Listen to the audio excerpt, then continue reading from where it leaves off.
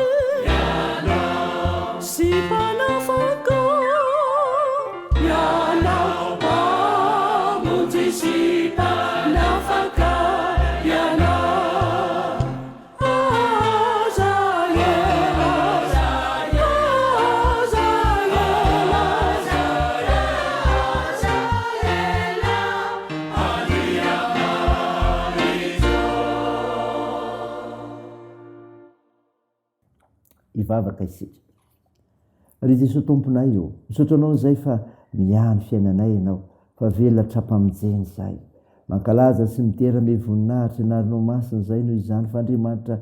hafa loatra ianao Andriamanitra tsy toa ianao tompo mahatsiaro teny zay fa mpanota ko mandoariko io natrehanao miaiky ny fahatsoanay mamindrafo amin'ny ary-mamelahany elikay fa namasino midira manjakary mesaky anatinay amin'ny fianona ny teninao andraisana ny afatsa tsara avy amin'izany anaran'i Jesosy Kristy tomponay naovanay mivavakay amen. Ny ofinainao antsika amin'ny diunité riavana malala dia hitanao amin'ny boky Isaia toko fa 110 andiny voalohany ka hatramin'ny fahadimy mivaky toy izao aminaran'i Jesosy. Ary isy lofo mitsimoka eo amin'ny foto-Jese ary isy mitrebona avy eo amin'ny fakany ary ny fanahin'i Jehovah hitetra ao aminy dia fanahin'ny fahendrena sy ny fahazavantsaina ny fanahin'ny fanoran-tsaina sy ny faherezana ny fanahin'ny fahalalana sy ny fahatahorana an'i Jehovah ary hoanitra kasitrahana amin'ny fahatahorana an'i Jehovah ka tsy tsara araka ny hitany masony izy na mpiaiky araka ny reniny sofiny fa ho tsaraina amin'ny fahamarinana ny malahelo ary omeny rary ny mpandefitra amin'ny tany hamely ny tany amin'ny tsorakazo ny vavany izy ary amin'ny fofinain'ny molony amin'ny ny ratsy fanahy fahamarinana no fisikinany ary fanahy matoky no fehikibony amen. Ray masino manamasinanay amin'ny fahamarinana ny teninao ny fahamarinana amen. Ravana malala ao aminao ny fiadanana ny ofinainao antsika anio ka noronetsika teo Isaia toko fa 110 andiny voalohany ka hatramin'ny fahadimy tantara milaza ny amin'ny famonjena taolina sy lofon'i Davida maneho ny voninahitran'Andriamanitra ny Mesia nanjakana ny fahalovana sy ny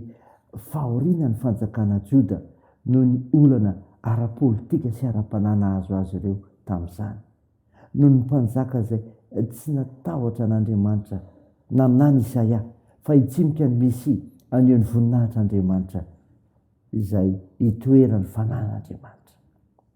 hitoerany fanan'Andriamanitra amahazanak'Andriamanitra azy dia hitoerany fanan'Andriamanitra izy ary miteraka toetra mahafinaritra maro ao aminy izany fanan'Andriamanitra izany mahatonga azy ho feno fahendrena sy fahazavantsaina manana ny fanahiny fanoran-tsaina sy ny faherezana ary ny fahalalana sy ny fahatahorana an'Andriamanitra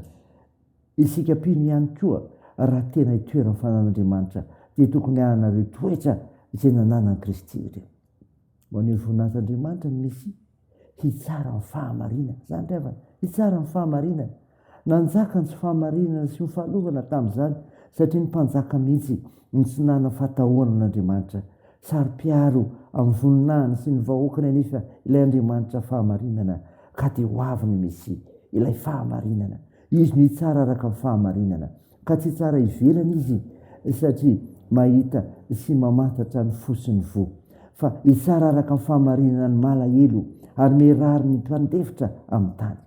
amin'ny fitsarany dia merary ny ampahoriana noho ny tsy fahamarinana izy ny tompona ny mianao ny rariny amin'ny fahamarinana amin'ny ady atrehinao sainy zany riavana dia an'Andriamanitra ery ny voninahitra amen. Ivavaka isika tompo misaotra mofinaina ny menao anay izay milaza fa meno voninahitran'Andriamanitra ny Mesia ka hitoerany fanan'Andriamanitra ary tsara ny fahamarinana tao io tompo ny faharoantenanay ho anao amin'ny fiainana ny famonjena dia ny finoanan'i Jesosy Kristy sy ny teninao Andriamanitra ary indrindra fanekenay samy fananao masina mivavaka aminao izay tompo mantompo ny anjara rehetra sy ny vahoaka nao rehetra hiatrika fampirovana rahampitso izay nehoana izay fiasa ny fanamasina ao mitsiraray mivavaka aminao izay amin'ny fivirimbiany synodam-paritany tanterahana anio koa eto amin'ity fiangonanao ity tompo homba ireo manana andraikitra amin'ny fitsaboana ka hositranonao ireo marary ampirezinao ireo manamanjo toanonao ireo mareo fizokiolona ary hovonjenao ireo manitra sy sahirana tao io ny asa sy ny fiazakazanay amin'ity anio ity indray momba ny fitahinao izay tompo vangion'ny firenenay nivavakay dia tao amin'anaran'i Jesosy Kristy mpanavitra nay fantsangana tamin'ny maty ka nampiandrina ny vavaka manao hoe: ranaiza ny an-danitra, ao masina ane anaranao, ho tonga ane ny fanjakanao, atao ane ny sitraponao ety an-tany ho taky ny an-danitra. Meo ny anio izany sahaza ao anay, ary mamela ny elokay tahaka ny namelanay izay meloka taminay, ary aza mitondra anay amin'ny fakapanahy fa manafanay amin'ny ratsy, fanao ny fanjakana sy ny hery ary ny voninahitra mandrakizay. Amen. Raisa finoana riavina ny tsodrana tolotranao aminaran'i Jesosy Kristy. Hitanao ny Jehovah ka hiaro anao, amamirapitra ny taviny aminao ny Jehovah ka mindra fo aminao, nanitra ny taviny aminao ny Jehovah ka menao ny fiadanana. Amen. Deo n'Andriamanitra irery ny voninahitra, amin'ny anaran'ny Ray sy ny Zanaka ary ny Fanahy Masina. Amen.